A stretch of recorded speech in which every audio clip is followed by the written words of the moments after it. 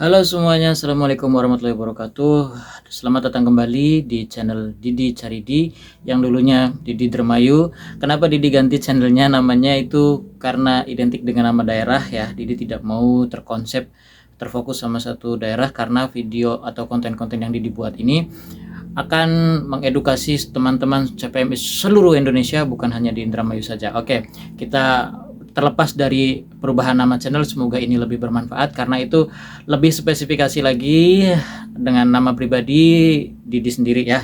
Oke teman-teman, apa kabar hari ini? Semoga sehat selalu. Dan bagaimana prosesnya untuk yang lagi proses G2G Korea Selatan, semoga tidak terhalang dan tidak terkendala dengan aturan-aturan baru, dan juga tidak terhalang dengan isu-isu terbaru yang sedang hangat di Indonesia sana ya. Dan perlu diketahui teman-teman ya, untuk tahun depan ada kuota banyak sekali, 207.000 untuk fullnya ya, dan untuk non profesionalnya ada sekitar 130.000 orang.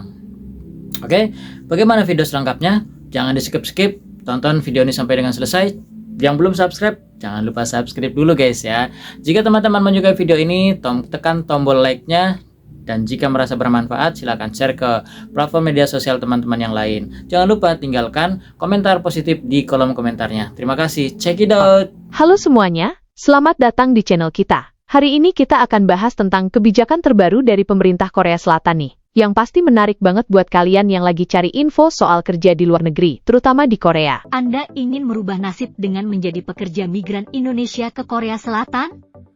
Bergabunglah bersama Mirai Hakwon Education untuk memulai langkah Anda belajar bahasa Korea dengan baik.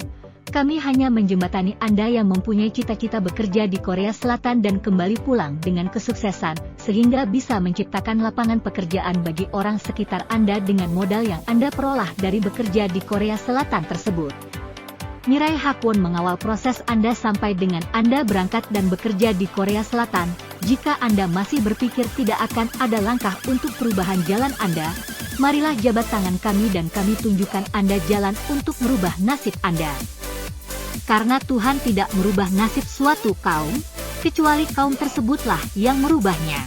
Korea. Apa sih kebijakan barunya? Yuk, kita simak penjelasan kebijakan. Pemerintah Korea Selatan baru aja mengumumkan keputusan penting soal penerimaan pekerja migran asing. Tahun depan, mereka berencana untuk menerima sebanyak 207.000 pekerja asing non-profesional. Jumlah yang cukup besar ya. Kebijakan ini diambil karena adanya kekurangan tenaga kerja di beberapa sektor, terutama di bidang pertanian dan perikanan. Rincian kategori pekerja. Nah, dari total 207.000 pekerja migran yang diterima, jumlahnya terbagi menjadi 3 kategori utama. 1. Pekerja non-profesional, E9.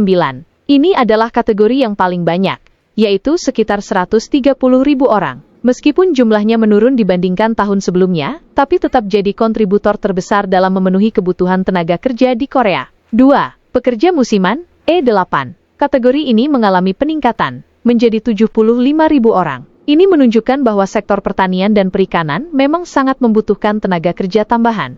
3. Pekerja pelaut, E10. Untuk kategori ini, kuotanya tidak tetap, tapi diperkirakan sekitar 2.100 orang. Tujuan kebijakan dan rencana ke depan.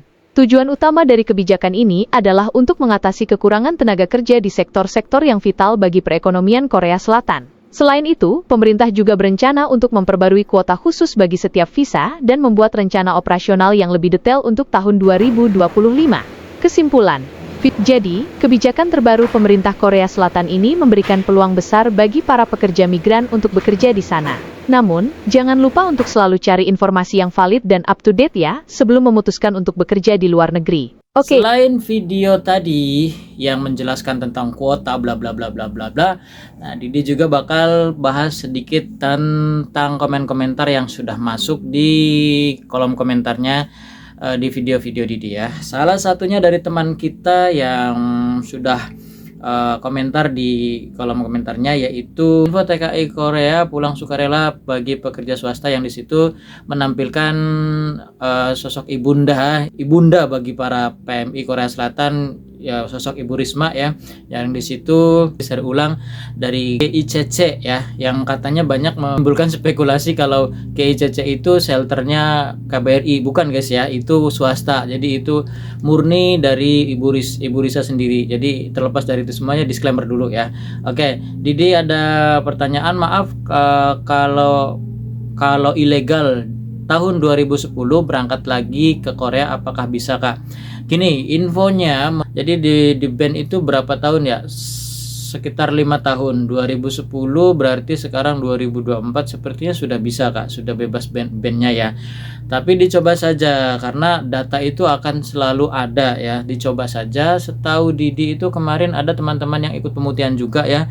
Jadi katanya itu dari pemerintah Korea akan setelah yang ikut pemutihan itu nanti akan dibebaskan dari denda, terus tidak terkena blacklist atau bannya itu loh. Jadi blacklistnya sudah selesai kalau 2010, dan sekarang kayaknya sudah selesai masa blacklistnya itu.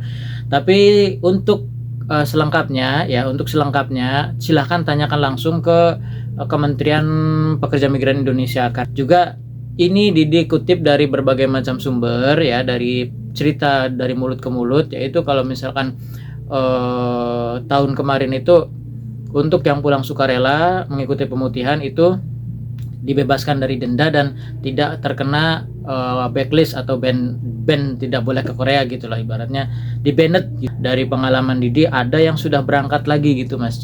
Kalau misalkan nggak bisa melalui G2G, bisa melalui P2P, karena sekarang G2G dan P2P itu bersinergi bareng ya. Nah, itu untuk komentar pertama. Komentar yang kedua, misal udah lulus ujian untuk proses terbang, cepat fishing apa manufaktur Bang ya. Nah, di sini tidak bisa diprediksi secara matematika ya. Jadi kalau misalkan lebih duluan mana cepet terbangnya, jadi kuotanya itu lebih banyak mana, kayak gitu ya. Kuotanya di sini di Koreanya itu lebih banyak mana, di situ peluangnya akan lebih besar. Tapi peluang di sini itu akan tertutup oleh perdaya saing yang di Indonesia. Jadi misalkan di sini ada sekitar peluang 7.000 misal ya, ini misal ya. 7.000 orang gitu kan, dibagi sekian negara. Nah, katakanlah di Indonesia ini kedapatan misalkan satu tahunnya itu 2.000 ya untuk kuotanya. Di sana orangnya yang mendaftar 10.000 misalkan, berarti itu peluangnya dari 10.000 88.000 itu gagal kan, hanya 22.000 soalnya yang diambil. Nah, itu peluangnya sedikit, di situ nanti kan prosesnya akan sulit lagi. Kalau misalkan pengen cepet-cepetan, lebih cepat di fishing, jujur ya. Kenapa? Karena peminat fishing itu untuk sekarang ini sedikit, dengan seiring banyaknya banyak yang kabur. Jadi banyak yang kabur kalau di fishing itu teman-teman ya.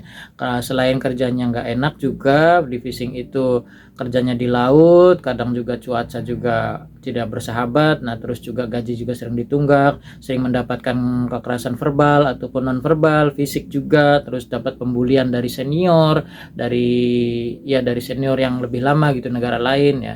Terus juga kadang ya kita gaji mati gitu, dibandingkan dengan manufaktur kita nggak ada apa-apanya kalau gaji ya.